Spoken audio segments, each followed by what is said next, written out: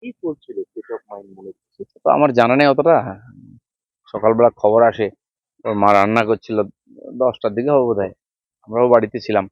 হঠাৎ ও খবর পেয়ে চিৎকার চেঁচামেচি করে, সঙ্গে সঙ্গে বেরিয়ে যায় গাড়ি। আমাদের একজন ছেলে ছিল, তাকে সঙ্গে পাঠাই আমি, ওর সঙ্গে যাই টুকু। তারপরে গিয়ে দেখি ও সায়েন্সলেস, তারপরে হসপিটাল, ডেথ ওখান থেকে ঘোষণা করে। তারপরে বাকি যে সরকারি সিস্টেম আছে, পোস্টমর্টেম আদি হয়। এখন যতক্ষণ না পোস্টমর্টেম রিপোর্ট ডিসক্লোজ হচ্ছে বা আমাদের কাছে আসছে, তখন তো বোঝা যাচ্ছে না কি হয়েছে না হয়েছে। বন্ধু বান্ধব নিয়ে একসঙ্গে ছিল, রাত্রেবেলা পার্টি ফার্টি করেছে, এটুকু জানি। বাকি তো রিপোর্টেই সব আসবে কি হয়েছে।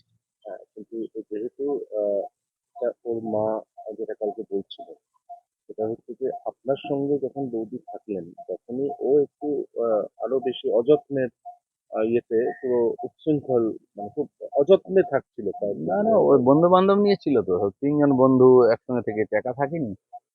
ওর মাও গিয়ে থেকে এসছে, চলছিল এরকম।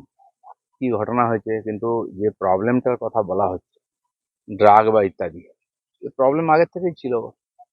সেটা আমি শুনলাম যে ওর কাউন্সিলিং চলছিল, ওর অফিসে ডাক্তার আছে, চেষ্টা হচ্ছিল ঠিকঠাক করার।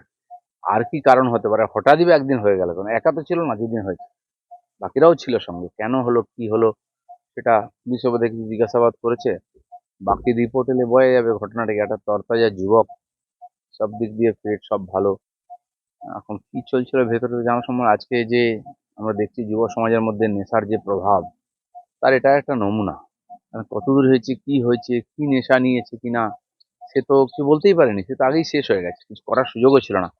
আমার মনে হয় আগামী দিনে সেটা বেরোবে, এবং এই ব্যাপারটা একটা বড় শিক্ষা আমাদের সবার জন্য। আজকে আমাদের ছেলেমেয়েরা কোথায় যাচ্ছে, কি করছে, তাকে মানুষ করে দেওয়া মানে খালি পড়াশোনা করিয়ে শিখিয়ে দিলাম, চাকরি পেয়ে গেল, এটাই সব নয়। তারপরে এত বড় রিস্ক থাকছে, এটাই চিন্তার বিষয়। দিদিটা একটু অন্য প্রসঙ্গে আসি এবার। এতদিন পর্যন্ত পাকিস্তান আমাদের মাথা ব্যথার কারণ ছিল। আওয়ামী লীগ বাংলাদেশে নিষিদ্ধ হওয়ার পরে বাংলাদেশে একটা অস্থির অবস্থা তৈরি হওয়ার সম্ভাবনা তৈরি হচ্ছে। প্লাস নেপালকে হিন্দু রাষ্ট্র ঘোষণার দাবিতে নেপালের রাজার নেতৃত্বে একটা গণ অভ্যুত্থান বা বিদ্রোহের মতো গন্ধ আমরা পাচ্ছি। তাহলে ভারতবর্ষের চারদিকে সমস্ত প্রতিবেশী তো এই মুহূর্তে খুব অসুবিধা তৈরি করতে পারে। না দেখুন, এগুলো তো কোনো নতুন ঘটনা নয়। যেদিন থেকে বাংলাদেশ হয়েছে তখন থেকে আনরেস্ট চলছে বাংলাদেশে। তো আগের যে সেনাপ্রধান, এদেরকে হত্যা করা হয়েছে, কু হয়েছে, মুজিবুর রহমানকে হত্যা করা হয়েছে। যখন দেখুন ক্রিয়া হবে তার প্রতিক্রিয়া হবে। যদি হিংসাত্মক ঘটনা হয়, তার প্রতিক্রিয়া একদিন হবে। পাকিস্তানের ঠিক তাই হয়েছে। আর এটা পাকিস্তান বাংলাদেশ নয়, এটা ইসলামিক কান্ট্রি বলে এটা হচ্ছে। মূলত দুটোই মৌলবাদী দেশ। আর তার জন্য যেখানে আমরা ইতিহাস থেকে দেখে আসছি, মুঘল আমল থেকে, পাঠান আমল থেকে মুসলিমদের যে ইতিহাস, সেটাই দৌড়াচ্ছে। আজ গণতন্ত্রের নামে হচ্ছে, গণতন্ত্র আছে কোথায়? প্রধানমন্ত্রী হওয়ার কথা ইমরানের, হয়ে গেল অন্য কেউ। তো তার প্রতিক্রিয়া হবে না? এখানেও তাই হয়েছে, নির্বাচিত সরকারকে উল্টে ফেলে দেওয়া হয়েছে। আর তারপরে কোথায় চলছে, এটা অনেকেই বলছিলেন যে যে গতি প্রকৃতি এগোচ্ছে বাংলাদেশের যে রাজনীতির, তাতে এই ইসলামিক মানে কি বলে আওয়ামী লীগকে ধ্বংস করা হবে, ব্যান করা হবে, দিয়ে একটা ফ্রন্ট তৈরি করে এই যারা উৎপাত করেছে তারা এবং জামাতের লোকেরা মিলে ওখানে সরকার গঠন করবে। মনে হচ্ছে গতি প্রকৃতি ওদিকেই যাচ্ছে। এখন এর সুযোগে যারা বিশ্বে দাদাগিরি করে তারা হাত লাগাবার সুযোগ পাবে। নেপালেরও ঠিক তাই হয়েছে। ওখানকার যে রাজতন্ত্র ছিল, হিন্দু রাষ্ট্র ছিল, চীনের মদতে কমিউনিস্টরা ওখানে মারকাট করে পুরো রাজ পরিবারকে শেষ করে জোর করে একটা শাসন চাপিয়ে দিয়েছে। আর সেটাও স্থায়ী হয়নি। প্রতি 2-3 বছরে, 1 বছরে ওখানে প্রধানমন্ত্রী পরিবর্তন হচ্ছে। নেপালের মতো গরিব দেশ, যেখানে উন্নতির জন্য লড়াই করা উচিত, সেখানে নিজের রাজনীতির জন্য লড়াই করতে করতে আরো ক্ষতিগ্রস্ত হয়ে যাচ্ছে, অন্যের উপর ডিপেন্ডেবল। ফলে এই গরিব দেশগুলো এবং তাদের দেশের মধ্যে যারা রাজতন্ত্র মানে ক্ষমতাসীন আছেন বা যারা নেতা, তাদের দূরদর্শিতার অভাবের জন্য এই দেশগুলো আনরেস্ট হচ্ছে। নিঃসন্দেহে পড়োশিতে সমস্যা হলে আমাদের তো আঁচ লাগে, চিন্তার বিষয় আছে আমাদের জন্য। নিঃসন্দেহে, কিন্তু গোটা বিশ্বে প্রত্যেকটি ধর্মের জন্য একাধিক দেশ রয়েছে। মুসলিম কান্ট্রিজ রয়েছে, খ্রিস্টান কান্ট্রিজ রয়েছে, বুদ্ধিস্ট দেশ রয়েছে। হিন্দুদের একমাত্র দেশ ছিল নেপাল, যেখানে যেটা হিন্দু রাষ্ট্র বলে বিশ্বের মানচিত্রে পরিচিত।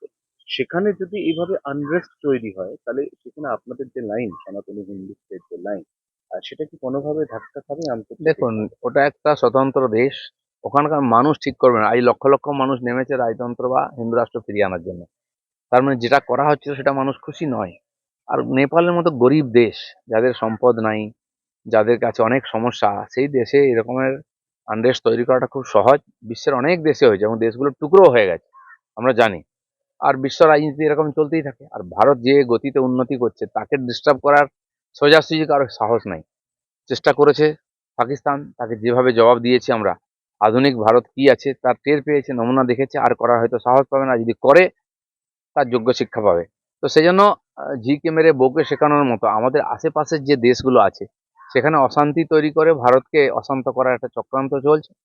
তো আমার মনে হয় আমাদের দেশের যে বর্তমান বিদেশ নীতি বা মোদীজির নেতৃত্ব সফলভাবে আমরা সারা দুনিয়াতে এটাকে প্রয়োগ করেছি। তো সাময়িক এই ধরনের সমস্যা হলেও একসময় বাংলাদেশে হয়েছিল পাকিস্তানে, তো ভারত তখন হস্তক্ষেপ করেছিল, ইন্দিরা গান্ধী করেছেন। কারণ আমাদের ঘাড়ে চলে এসেছিল ব্যাপারটা, লক্ষ লক্ষ লোক এখানে চলে আসছে। তো ভারতের শক্তি আছে, যদি আমরা প্রভাবিত হই তাকে সমাধান করার শক্তি আমাদের আছে।